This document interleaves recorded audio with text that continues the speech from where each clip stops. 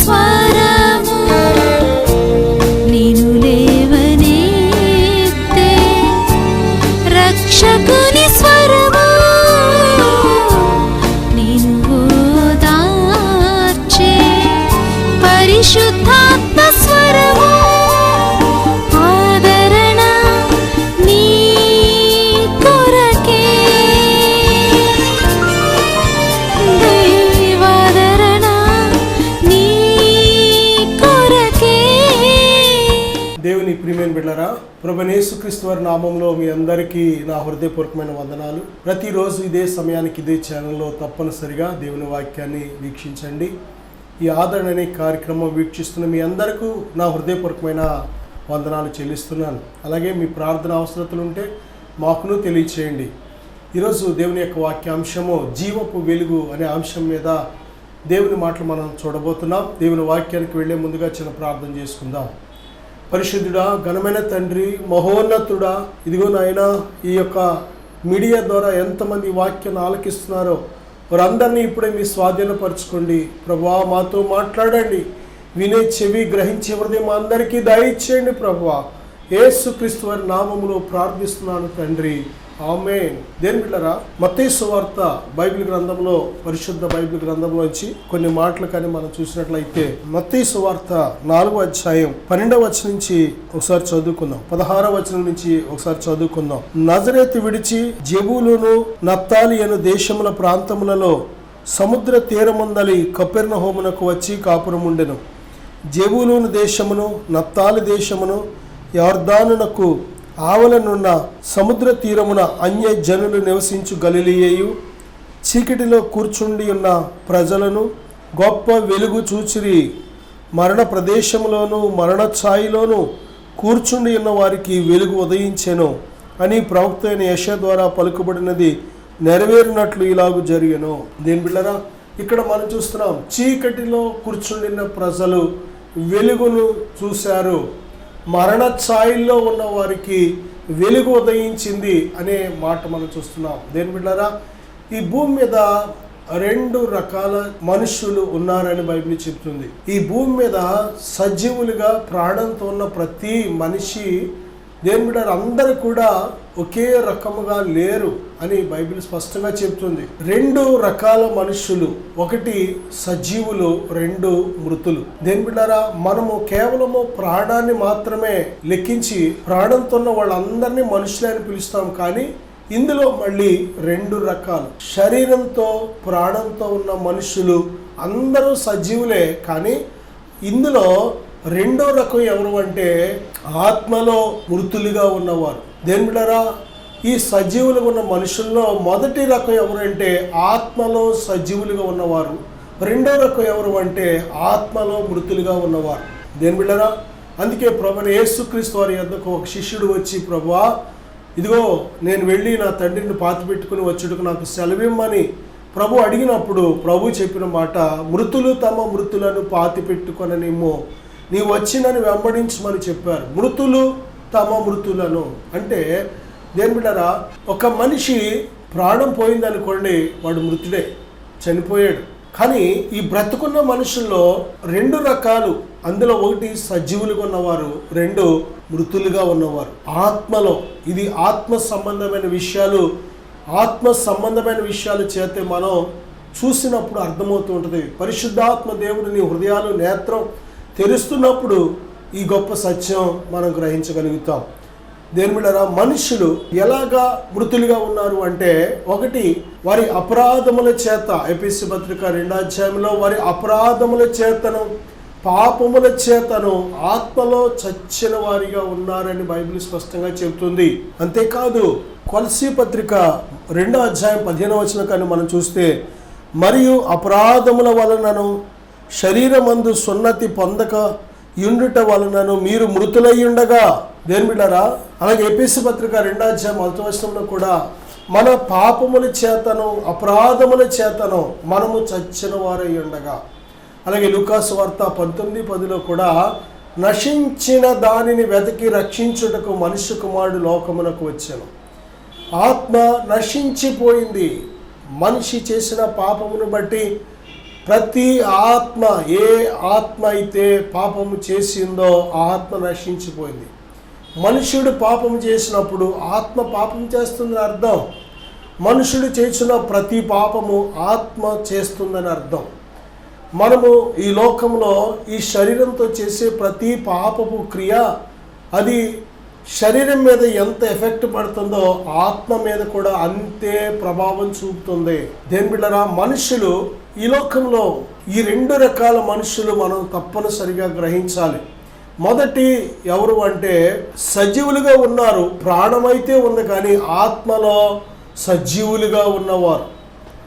దేని బిడ్డరా, మొదటిగా ఆత్మలో సజీవులుగా ఉన్నవారు. రెండోది ఎవరు అంటే ప్రాణం ఉంది కానీ ఆత్మలో చనిపోయి ఉన్నవారు. దేని బిడ్డరా, ఈ 2 రకాల మనుషులు మనం తప్పనిసరిగా గుర్తించాలి, గ్రహించాలి. అంతేకాదు మనలను మనం కూడా పరిశీలన చేసుకోవాలి. మనం మృతులుగా ఉన్నామా, సజీవులుగా ఉన్నామా? ఒక వ్యక్తి సజీవుడిగా ఎప్పుడు ఉండగలడు అంటే ఏ పాపము లేనివాడు, వాడు మాత్రమే సజీవుడు. ఆదాము అవ్వ మనం చూసినట్లయితే ఆదాముతో దేవుడు చెప్పాడు, మంచి చెడ్డలో తెలివినిచ్చు వృక్ష ఫలాలు తిను దినమున నిశ్చయముగా నీవు చచ్చెదవు. తిను దినముననే, ఆ క్షణంలోనే ఆత్మ చచ్చిపోయింది అని దేవుడు నిర్ధారించాడు. దేని బిడ్డరా, మానవుడు ఎప్పుడైతే దేవుడు తినవద్దన్న ఫలాలు, దేవుడు ఇచ్చిన ఆజ్ఞను అతిక్రమించి ఫలాలు తిన్నాడో, మంచి చెడ్డల తెలివినిచ్చి వృక్ష ఫలాలు తిన్న దినముననే, తిన్న క్షణముననే ఆత్మలో చచ్చిపోయాడు. దేని బిడ్డరా, ఇక చనిపోయిన వాడితో దేవుడు స్నేహం చేయలేడు. ఆత్మలో చచ్చిన స్థితిలో ఉన్న వాడితో దేవుడు స్నేహం చేయలేడు. దేవుడు వాడితో సహవాసం చేయాలి అంటే వాడిని మళ్ళీ సజీవుడిగా చేయాలి.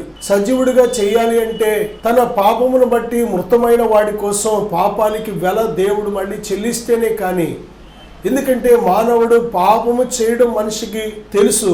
పాపము చేయడం మంచినీళ్లు తాగినట్టు చేస్తూ ఉంటాడు, కానీ ఆ పాపం వల్ల వచ్చే జీతమైన మరణాన్ని తను ఏమాత్రం తప్పించుకోలేడు, మరణాన్ని తుడిచివేసుకోలేడు. ఆ పాపము మరకను ఏమాత్రం కూడా తుడిచివేసుకోలేడు. పాపము ఎంత భయంకరమైనదంటే తన ఆత్మను చంపివేస్తుంది. పాపము ఆత్మను పూర్తిగా నశింపచేస్తుంది. పాపము మనిషి ఆత్మను దేవుని ఆత్మతో సహవాసం చేయకుండా దేవునికి మానవుడికి ఉన్న సంబంధాన్ని పూర్తిగా మొక్కలు చేసేస్తుంది. దేని ప్రియమైన బిడ్డలారా, ఆదాము ఎప్పుడైతే పాపం చేశాడో, హవ్వ ఎప్పుడైతే పాపం చేసిందో, వారిద్దరు కూడా వెంటనే దేవునితో వారికి ఉన్న రిలేషన్ తెగిపోయింది. ఇక దేవునితో సహవాసం చేయడానికి ఏమాత్రము యోగ్యత లేదు. చచ్చిన వాడిగా ఉన్నాడు, ఎందుకంటే వారు చేసిన పాపము. కాబట్టే దేవుడు చచ్చిన వాడితో స్నేహం చేయడానికి ఇష్టం లేకే ఆ ఏదేను తోటలో నుంచి బయటికి గెంటి వేయవలసి వచ్చింది. అంతేకాదు జీవవృక్ష ఫలమైన ఆ వృక్ష ఫలాలు తినకుండా, జీవవృక్ష ఫలాలు ఏమాత్రము వాటి చోలికి వెళ్లకుండా దేవుడు ఏం చేశాడంటే ఆ ఏదేను తోటకు ఒక దేవదూతను కావలి ఉంచాడు. అటు ఇటు తిరుగుచున్న ఖడ్గ జ్వాల రూపంలో ఉన్న ఒక దూతను దేవుడు కావలి ఉంచాడు. దేవుని ప్రియమైన బిడ్డలారా, జీవవృక్ష ఫలాలు ఎంత ప్రాముఖ్యమైనవో దేని బిడ్డలారా మనం చూడగలం. ఆ వృక్ష ఫలాలు తింటే నిరంతరము జీవిస్తాడు, కానీ మంచి చెడ్డల తెలుగునిచ్చి వృక్ష ఫలాలు తింటే ఆ క్షణంలోనే చచ్చిపోతాడు. అంటే దేవునితో తనకున్న సహవాసం తెగిపోతుంది. చూడండి, ఈరోజు మనుషులు అందరూ కూడా, బైబిల్ ఏం చెప్తుందంటే మనుషులు అందరూ కూడా పాపము చేసి దేవుడు అనుగ్రహించి మహిమను పొందలేకపోతున్నాడు.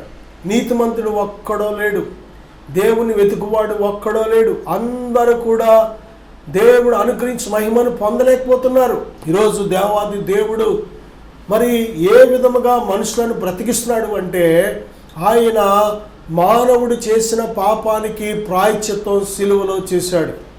సిలువలో ప్రభువైన యేసుక్రీస్తు వారు మానవుడు పొందవలసిన శిక్షను ఆయన పొందాడు. మానవుడు చెల్లించవలసిన ఆ వెలను, ఆ నొప్పిని, బాధను పూర్తిగా ప్రభువైన యేసుక్రీస్తు వారు ఇష్టపూర్వకముగా పొందారు. మనం అనుభవించవలసిన శిక్ష అంతా కూడా ఆయన అనుభవించాడు. ఇప్పుడు ప్రభువైన యేసుక్రీస్తునందు విశ్వాసం ఉంచిన ప్రతి ఒక్కడు తను చేసిన పాపమును బట్టి ప్రభువైన యేసుక్రీస్తు వారు శిలువ మీద వెల చెల్లించారు కనుక ప్రభువైన యేసుక్రీస్తునందు విశ్వాసము ద్వారా ఆ వ్యక్తి సజీవుడిగా మారుతున్నాడు. యేసునందు విశ్వాసం ఉంచడం ద్వారా ఆ వ్యక్తి మళ్ళీ జీవాన్ని కలిగి ఉంటున్నాడు. ప్రభువైన యేసుక్రీస్తు వారిని విశ్వసించడం ద్వారా మళ్ళీ తిరిగి సజీవుడిగా మారి సజీవుడైన దేవునితో సహవాసాన్ని తిరిగి నెలకొల్పుకోగలుగుతున్నాడు.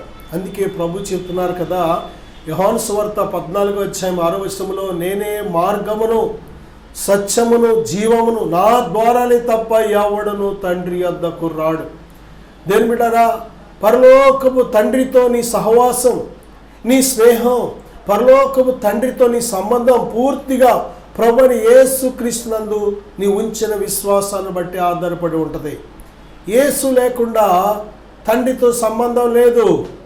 యేసుక్రీస్తు ప్రభువారు లేకుండా ఏమాత్రం మళ్ళీ దేవునికి నువ్వు ఆయన కుమారుడిగా కుమార్తెగా సంబంధం అనేది ఏర్పడదు. యోహాను సువార్త 1:12 తను ఎందరు అంగీకరించారో వారికి అందరికీ దేవుని పిల్లలగుటకు ఆయన అధికారం అనుగ్రహించాను. తను అంటే ప్రభువైన యేసుక్రీస్తును, ప్రభువైన యేసుక్రీస్తు వారిని ఎందరు అంగీకరించారో వారికి అందరికీ దేవుని పిల్లలగుటకు ఆయన అధికారం ఇచ్చాడు.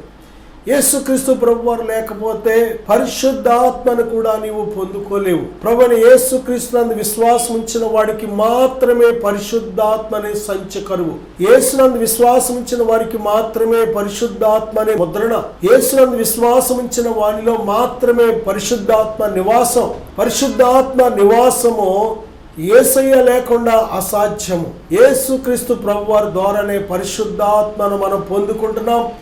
ఆయన చేత నడిపించబడుతున్నాం. ఆయన సహాయాన్ని మనం అనుభవించగలుగుతున్నాం. ఆయన ఆలోచన మనం పొందుకోగలుగుతున్నాం.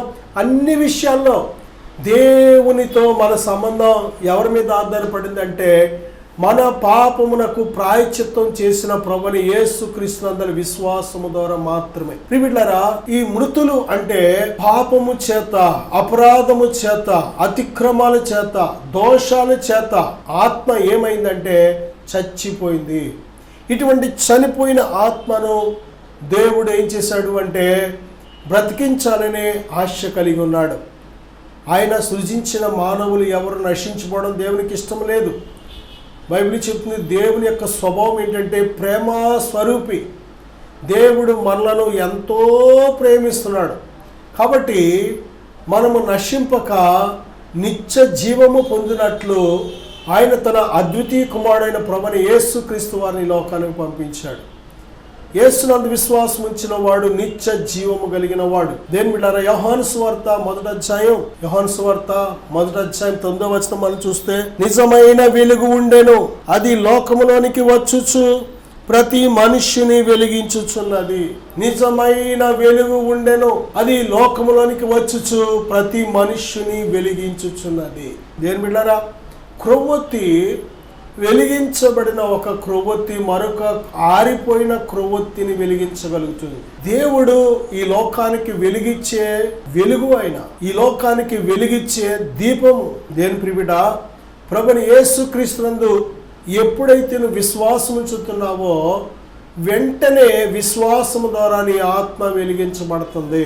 దేని బిడ్డారా, ఏ పాపము చేత నీ ఆత్మ నశించిపోయిందో, ఏ పాపము చేత నీ ఆత్మ ఆరిపోయిందో, ఏ పాపము చేత నీ ఆత్మ దేవునితో నీకున్న సంబంధాన్ని పోగొట్టుకుందో, అదే ఆత్మ ప్రభువైన యేసుక్రీస్తునందు విశ్వాసం ఉంచడం ద్వారా మళ్ళీ తిరిగి జీవాన్ని పొందుకుంటుంది. దేని ప్రియమైన బిడ్డలారా, ప్రభువైన యేసుక్రీస్తు వారు ఆయన ఈరోజు ప్రతి మనిషికి రక్షకుడిగా ఉన్నారు. ఆయన ప్రతి మనిషికి ఆయన నిత్య జీవ ప్రదాతగా ఉన్నారు. ప్రతి మనిషికి వెలుగిచ్చే వెలుగుగా ఉన్నారు. ఆయన చెప్తున్నారు కదా, నేను లోకమునకు వెలుగును. ప్రిబిడా, నా యందు విశ్వాసం ఉంచువాడు జీవపు వెలుగు కలిగి ఉన్నాడని ప్రభు చెప్తున్నారు. ఈ లోకము అంటే లోకంలో ఉన్న మనుషులు అందరూ పాపము చేసి దేవుడు అనుగ్రహించే మహిమను పొందలేకపోతున్నారు కనుక మనుషులందరిలో కూడా ఏమి ఏలుబడి చేస్తుందంటే పాపము వలన వచ్చు జీతమైన మరణం ఏలుబడి చేస్తుంది. మరణ వాసన వస్తుంది ఎక్కడ చూసినా. దేని బిడ్డారా, ఎక్కడ చూసినా ఏ మనిషి చూసినా ప్రాణం అంటూ ఉంది కానీ ఆత్మలో జీవము లేదు. ఆత్మ చచ్చిపోయింది. దేని బిడ్డారా, ఆత్మలో జీవం ఉంటే ఆత్మలో జీవపు వెలుగు కలిగిన వాడు వెలుగు క్రియలు జరిగిస్తాడు. వెలుగు క్రియలు లేనట్లయితే బిడ్డారా మనం చెప్పవచ్చు ఈ ఆత్మ చచ్చిపోయింది అని అర్థం. దేని బిడ్డారా, ఒక వ్యక్తి ఈ యేసుక్రీస్తు అనే జీవపు వెలుగు కలిగి ఉన్నట్లయితే ఆ వెలుగు యొక్క లక్షణాలు ఏంటంటే మత్తయి సువార్త 5:16 మనుషులు మీ సత్క్రియలను చూచి పరలోకమందున్న మీ తండ్రిని మహిమపరిచినట్లు వారి ఎదుట మీ వెలుగు ప్రకాశింపనీయుడి. దేని బిడ్డారా, ఈ జీవపు వెలుగైన ప్రభుని యేసుక్రీస్తు వారు మనలో ఉన్నట్లయితే ఆ వెలుగు క్రియలు ఏమిటంటే సత్క్రియలు, మంచి క్రియలు, మంచి మాటలు, మంచి ప్రవర్తన, మంచి నడక, మంచి క్రియలు. దేని బిడ్డారా, సత్క్రియలు, సత్ప్రవర్తన, ఇది చాలా ప్రాముఖ్యమైన లక్షణం. ఒక వ్యక్తిలో ప్రభుని యేసుక్రీస్తు వారు అనే జీవపు వెలుగు ఉన్నట్లయితే ఆ వెలుగు క్రియలు ఏమిటంటే సత్క్రియలు. లూకా సువార్త 11:36 ఏ భాగమైనను చీకటి కాక నీ దేహమంతయు వెలుగుమయమైతే దీపము తన కాంతి వల్ల నీకు వెలిగించినప్పుడు ఎలాగుండునో అలాగే నీ దేహమంతయు వెలుగుమయమైయుండును.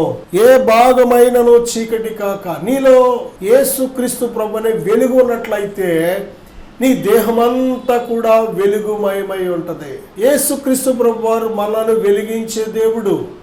ఆయన మనల్ని వెలిగించినట్లయితే నీ కన్ను వెలుగుతూ ఉంటుంది. ఒక వ్యక్తి కన్ను చీకటితో ఉందా వెలుగుతూ ఉందా ఎలా చెప్పగలమంటే నీ కంటితో మోహపు చూపులు, విషపు చూపులు, మత్సర చూపులు, వారవలేని చూపులు, చెడు చూపులు, రకరకాల గర్వపు చూపులు, వార చూపులు, అనేక రకాల చూపులు ఉన్నాయి.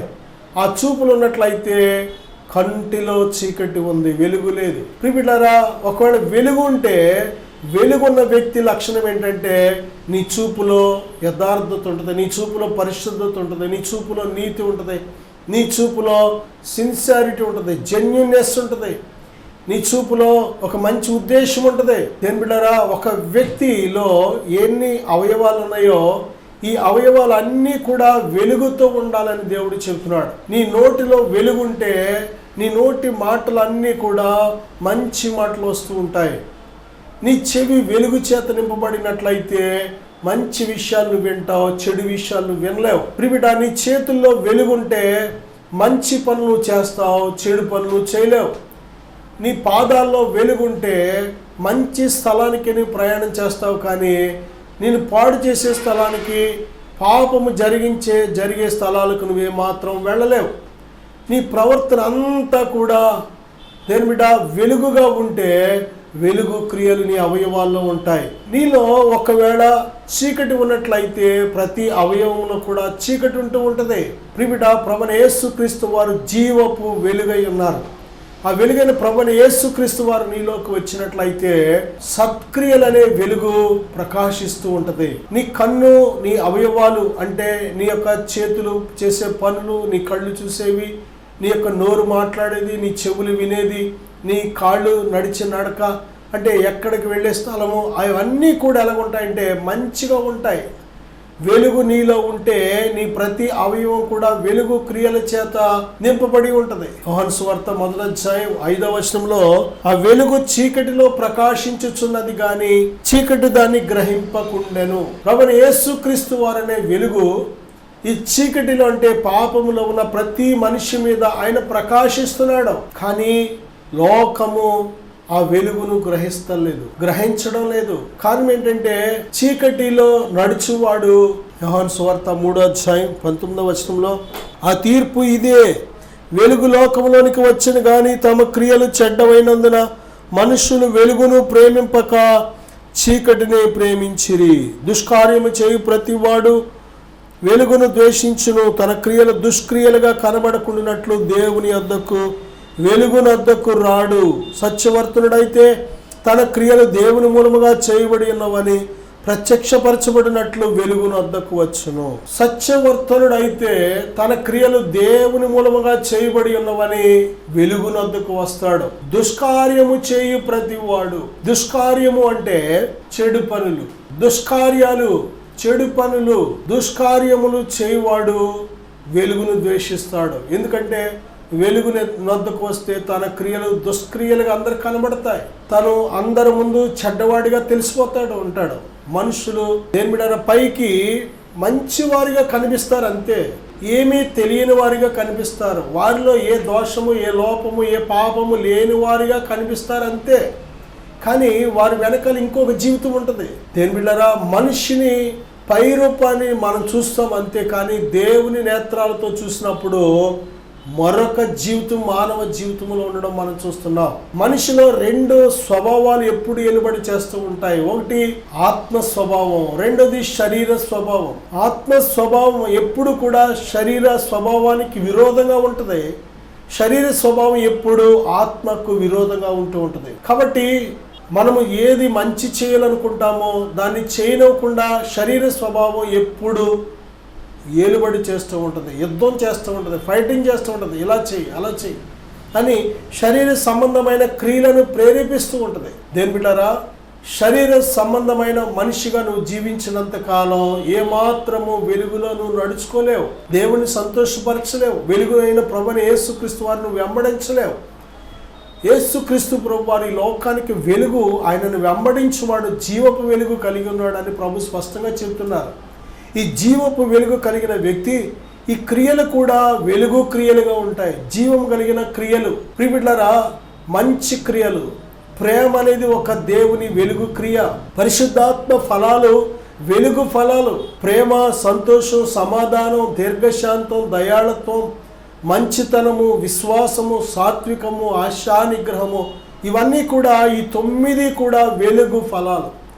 ఒక వ్యక్తి సత్యవర్తనుడైతే, ఒక వ్యక్తి దేవుని ఆత్మచేత నడిపించబడుతున్న వ్యక్తి అయితే, ఒక వ్యక్తి పరిశుద్ధాత్మ అనే వెలుగు చేత నడిపించబడుతున్న వ్యక్తి అయితే, ఆ వ్యక్తి క్రియలు, ఆ ఫలాలు ఆత్మ ఫలాలుగా ఉంటూ ఉంటాయి. దేని బిడ్డరా, ఒక వ్యక్తి క్రియలు చెడ్డగా ఉన్నట్లయితే, ఆ చెడు క్రియలు చేస్తున్నాడంటే తనలో వెలుగు లేదు, ఏమాత్రము వెలుగు లేదు, తనలో చీకటి ఉంది, చీకటి ఉంది. దేని బిడ్డరా, పాపము చేసే వ్యక్తి చనిపోయి ఉన్నాడు కనుక, ఆత్మలో చచ్చి ఉన్నాడు కనుక, పాపము చేసేవాడు మరణములో ఉన్నాడు. అందుకే ప్రభువైన యేసుక్రీస్తునందు విశ్వాసం ఉంచి ఎప్పుడైతే జీవపు వెలుగు పొందుకుంటున్నామో మరణములో నుంచి జీవములోనికి దాటుతున్నాం.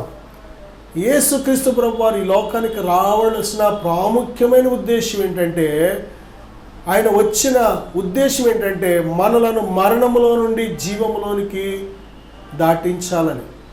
ఏ నరుడు తన ఆత్మను తనంతట తాను రక్షించుకోలేడు. ఏ మనుషుడికి కానీ దేని బిడ్డారా తన ఆత్మ ఉంచుకునే శక్తి తనకు లేదు. మనం ఈరోజు ఆ మరణాన్ని తప్పించుకోవాలని, ఆ నరకాన్ని తప్పించుకోవాలని ఎన్నో రకాలుగా మన యొక్క విశ్వాసాలు వెంబడిస్తూ ఉంటాం. మనకు నచ్చినట్టు, ఎవరో చెప్పినట్టు, లేకపోతే మనకు ఏది అనుకూలంగా ఉంటే, మనకి మనకు దేని మీద నమ్మకం కుదిరితే అలా వెళ్ళిపోతూ మన ప్రయాణాన్ని కొనసాగిస్తూ ఉంటాం. కానీ బైబిల్ ఏం చెప్తుందంటే, ఒక్కని ఎదుట మార్గము సరైనదిగా కనబడుతుందంట, కానీ చివరికి అది మరణమునకు దారి తీస్తుంది. దేని ప్రియబిడ్డ, నీవు జీవము కలిగిన ప్రభువైన యేసుక్రీస్తు వారిని ఎప్పుడైతే విశ్వసిస్తున్నావో జీవపు వెలుగును నువ్వు పొందుకుంటున్నావు. యేసుక్రీస్తు ప్రభునందు విశ్వాసం ఉంచిన వాడు జీవము కలిగిన వాడు, మృతులలో నుండి సజీవులలోకి దాటబడిన వాడు, తీర్పులో నుండి జీవములోనికి దాటబడిన వాడు, నిత్య నరకానికి వెళ్లకుండా నిత్య రాజ్యానికి వారసుడిగా చేయబడిన వాడు. మన ఆత్మీయ ప్రయాణంలో, మన ఆత్మీయ జీవితంలో తప్పనిసరిగా మనం తెలుసుకోవాల్సింది, ఈరోజు ప్రభువైన యేసుక్రీస్తు వారు ఈ జీవపు వెలుగు నీ మీద ప్రకాశింప చేయాలని, నీకు ఆయన జీవాన్ని దయచేయాలని దేవుడు ఆశపడుతున్నాడు. యేసునందు విశ్వాసం ఉంచు చాలు. చిన్న ప్రార్థన చేసుకుందాం. అందరం విశ్వాసంతో ఏకీవిద్దాం. పరిశుద్ధుడా, ఘనమైన తండ్రి, ఈ మాటలు ఆలకిస్తున్న ప్రతి బిడ్డ నాయనా, ఇప్పుడే వారు ఏ స్థితిలో ఉన్నారో వారు తెలుసుకుంటే వారి హృదయాన్ని తెరవండి. మీ అందు విశ్వాసం ఉంచిన వాడు మాత్రమే జీవపు వెలుగులో ఉన్నాడు. అయ్యా, ఇదిగో మా పాపముల చేత, అపరాధముల చేత, మా దోషముల చేత మేము చచ్చిన స్థితిలో ఉంది మా ఆత్మ. మా ఆత్మను నశించిపోయిన మా ఆత్మను రక్షించడానికి జీవపు వెలుగుగా ఈ లోకానికి వచ్చావు. మమ్మల్ని వెలిగించడానికి ఈ లోకానికి వచ్చావు నాయనా. ఇదిగో ఈ ప్రార్థన ఏకీవిస్తున్న ప్రతి బిడ్డను వెలిగించండి, మీ జీవంతో నింపండి, మీ వెలుగుతో నింపండి నాయనా. మీ వెలుగు క్రియలు కలిగి ఉండడం సహాయం దయచేయమని యేసుక్రీస్తు వారి నామములో ప్రార్థిస్తున్నాను తండ్రి. ఆమేన్. God bless you.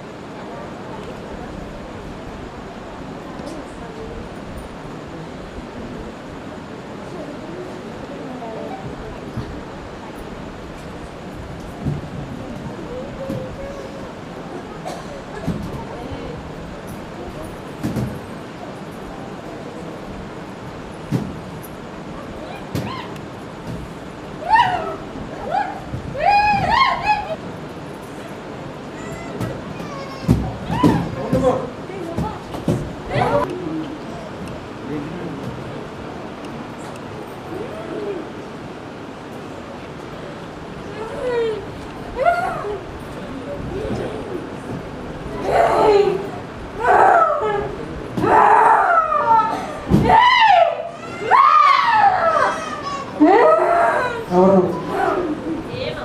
ఎక్కడి నుంచి వచ్చావు?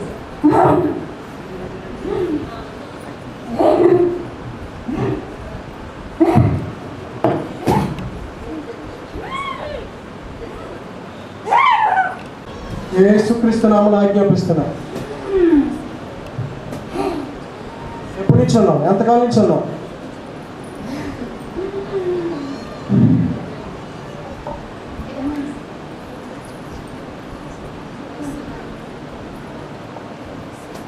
In the name of Jesus Christ.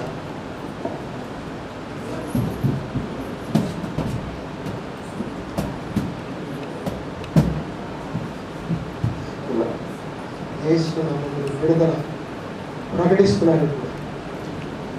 మొదలుకొని సంపూర్ణ ఆరోగ్యం, నెమ్మది, సంతోషం కలుగులుగా అర్పిస్తున్నాను. దేవుడిని విడిపించాడు. సంతోషంగా దేవుడికి స్తోత్రం చెప్పండి. హల్లెలూయా. దేవుడు నన్ను విడిపించాడు. నా పేరు వచ్చి విజయలక్ష్మి అండి. మా ఊరు వచ్చి చాదరేసుకుంటా. నేను కొన్ని రోజులుగా ఎంతగానో నలిగిపోతున్నాను. అది ఏంటన్నది నాకైతే తెలియడం లేదు. ఇంట్లో బాధల వల్ల ఎందుకు నలిగిపోతున్నానో తెలియడం లేదు. పిల్లల విషయం వచ్చి కూడా వాళ్ళు ఎంతగానో నా దగ్గరికి వచ్చినా నేను వాళ్ళని కూడా దగ్గరికి రానివ్వడం లేదు. అది కోపం వచ్చేస్తుంది. వాళ్ళతో ఎంతగానో చిరాకు పడుతున్నాను నేను. అది కూడా నాకు తెలియడం లేదు. ఇంట్లో భర్త విషయమందు, కుటుంబ విషయమందు నేను ఎంతగానో నలిగిపోతున్నాను. అది నాకు తెలియడం లేదు. తర్వాత వచ్చి వాళ్ళకి దెబ్బలాడుకున్నా ఏం చేసినా నేను దేంతో దాంతో కొట్టేసుకుంటున్నాను. అది నేను ఎందుకు ఇలా చేసుకుంటున్నానో కూడా నాకు తెలియడం లేదు. ఇలా అమ్మ వాళ్ళు నన్ను ఇలా రమ్మని చెప్పారు. ఫాస్ట్ గారి దగ్గరికి వచ్చాను. నేను వచ్చినా నేను దగ్గరికి రావడానికి ఎంతగానో ఆలోచిస్తున్నాను. ఆయన వచ్చి నాకు ఏమీ కాదు, నీకు ఇలా ఉంటుంది నీకు అని ఆయన నాకు ఎంతగానో చెప్పారు. చెప్పి నేను ఆయన దగ్గరికి వచ్చేసరికి జీవజలాలు ఇలా జల్లడం వల్ల నాలో ఉన్న దురాత్మ ఎంతగానో బయటికి వెళ్ళిపోయింది. దేవుడు నన్ను ఎంతగానో దీవించి నాకు ఇంత ఆరోగ్యవంతమైన శక్తిని నాకు కలగజేశారు. తల్లో ఉన్న భారం మొత్తం నాకు ఎంతగానో తొలగిపోయింది. తల్లో ఎంతగానో బాధపడుతూ నాకు ఏదేదో అయిపోతున్నట్టు దేంతోనూ కొట్టేసుకుంటున్నాను నేను. అలాంటిది దురాత్మ నాలో ఉండి నన్ను ఎంతగానో శోధన పెట్టింది. ఈ పెట్టడం వల్ల నాకు ఈ జీవజలాలు జల్లడం వల్ల నాకు ఎంతగానో పరిశుద్ధాత్మ నాకు ఎంతగానో కలగజేసాడు దేవుడు. నాకు ఎంతగానో ఇప్పుడు తేలిగ్గా ఉంటుంది. ఉండి నన్ను దేవుడు ఎంతగానో దీవించి బలపరిచినందుకు నా కుటుంబాన్ని కూడా నాకు సన్నిధిలోకి నడిపించమని, నా కుటుంబాన్ని దేవుడు దీవించి ఆశీర్వదించమని, చిన్న సాక్ష్యం దేవుడు దీవించమని